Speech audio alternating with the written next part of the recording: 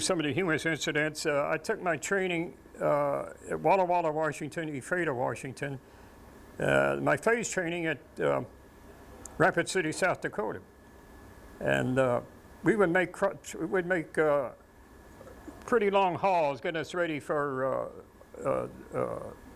raids to Berlin, and so we would take these long 700-800 mile trips just to get us acquainted to long distance travel.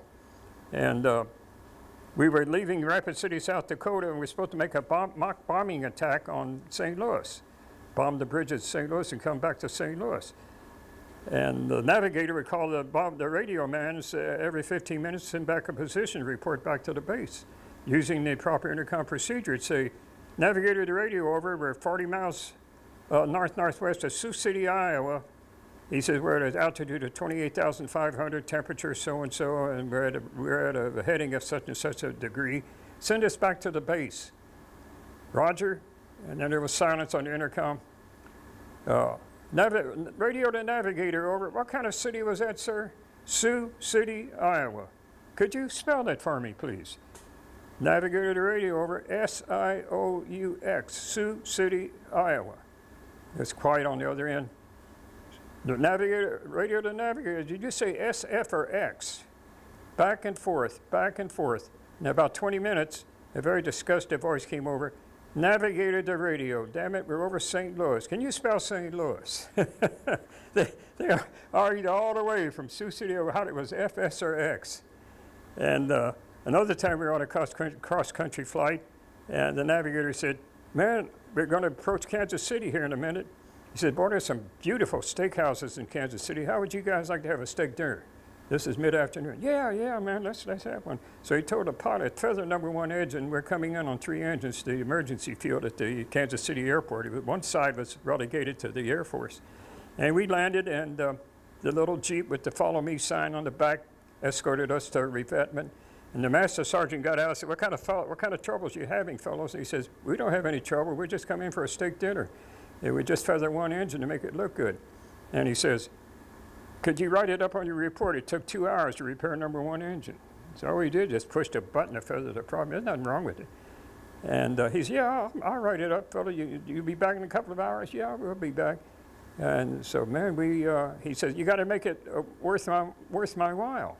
So we all went into our back pocket to see, give him some money. He said, no, I don't want any money. He says, just bring me back a great big bottle of Jack Daniels from Kansas City. He said, okay, that's the deal. So we were gone for 2 hours, had a nice steak dinner, got back to the base. He signed the report, and off we went, you know. A lot of that stuff went on.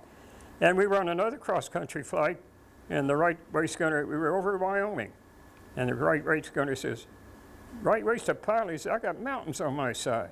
The left waist gunner says, hey, Dutch, I got mountains on my side. We called our pilot Dutch.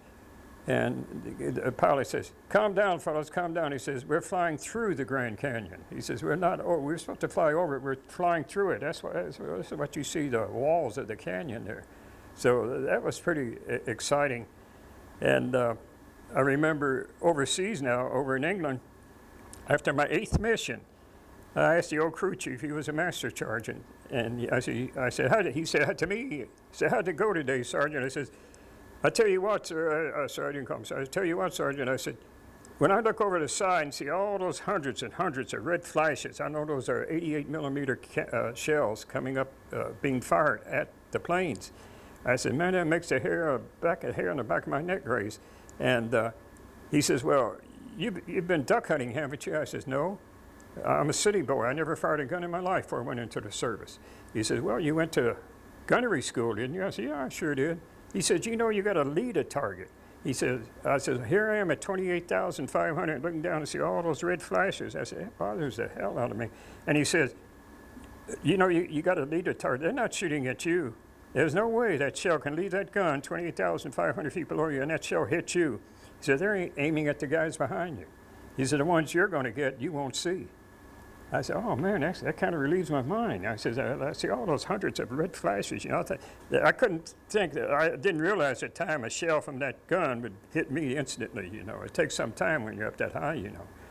So I told the old sergeant, man, you relieve my mind, but those guys behind us sure must have caught hell today. He said, the one that's going to get you, you won't see. And he's right about that. And This is a story I like very much. Before we took off for our bombing mission, be about 4:30 in the morning, we were all sitting around the landing gear, getting the last gulp of fresh air, because by the time you get on that oxygen, it kind of gets stale. Red Cross would come around and give us a canteen cup of hot cocoa, 3 candy bars, and a pack of gum. That was our sustenance for the next 10, 12 hours. And our right waist gunner was a fatalist. He was a red-headed Irish kid from Boston, Callahan. And he would drink his hot cocoa, eat all 3 of his candy bars, and stuff a pack of gum in his mouth. His cheek would stick out like this, 5 pieces of gum. And I said, Callahan, you're going to be hungry around 12:30 when you come off the target. He said, I won't be alive at 12:30. He's a fatalist. Every damn mission was his fatal last mission, you know. And the candy bars are O. Henry, Milky Way, and a Mars bar, O. Henry, and a Milky Way. I can still remember that to this day. And I'd stuff those 3, put those 3 candy bars on top of my machine gun, a little shelf back here, and they would freeze up at 55 to 60 degrees below zero. They'd freeze solid like a brick. No way you could crack. I even tried cracking them on the side of the machine gun. No ways. They were just frozen solid. In February of '44, 2 important things happened to crew members. One was the introduction of wing tanks and belly tanks to P-51s. They could escort us all the way to the target and back, but before they couldn't do that. That was one big help. The second big help, they issued heated suits to all the crew members. It operated off the ship's electrical system. Had a little plug here where you could plug it in. And I was just coming back from one of my Berlin missions. I made 6. And that candy bar looked so appealing. I said, there's no way I can open it. I said, well, I got this damn heated suit on. So I put that Mars bar, zipped my zipper down, put my Mars bar under my elbow, under the armpit, zipped up again. And no sooner had we done that, we got hit by German fighters. My Lord, it must have been 100, 125. And everything went wrong. The Callahan got hit in the knee. The radio man had a piece of flak came through. The radio man had to go back there and put a tourniquet on his knee to keep the blood from flowing out. And then the fighters were coming in, and that's when I got my 1 kill that one afternoon. And after everything quieted down, after about 45 minutes, the navigator says, crew, check in. He says, casualty report, check in. We got 1 man in the right waist got wounded, but he's not too bad off. And they always started from the tail forward. Tail gunner, are you okay? And just then I felt something trickling down my side of my arm here, down here, my armpit. And I said, no, Smitty, I think they got me. So I unzipped a lot of zipper, put my hand in there, came out covered with melted chocolate. He says, are you hurt or not? I said, no, I'm okay, it's a Mars bar. He says, I don't understand. I said, I'll tell you when I get on the ground. It's a melted Mars bar. But that was quite a story. And after interrogation that afternoon, it was before 5 o'clock, the supply room was still open. I went back to my Nielsen hut, changed clothes, and took the flying suit I had been wearing. That candy bar that melt had solidified underneath my armpit, and from the cold temp. And I took it to supply, and the old master sergeant of supply says, what do you need, buddy? I said, I need a new flying suit. So I tossed the one across the counter to him, and he held it up in the light, and he says, holy mackerel, man, you shit under your armpit. And I said, how can a guy do that? He says, I know you guys get excited up there, but man, that's a melted candy bar. Put your nose up there. I said, I'll be damned if I put my nose in any shit, but I'll give you a new flying suit. So I still remember this story today. Melted candy bar, a Mars bar. And at interrogation, my radio man was a teetotaler. He didn't drink or did he smoke. And the Red Cross would come around and give us a double shot of scotch for each guy at the table where we were being interrogated by an intelligence officer. And I get my double shot of scotch and his double shot of scotch.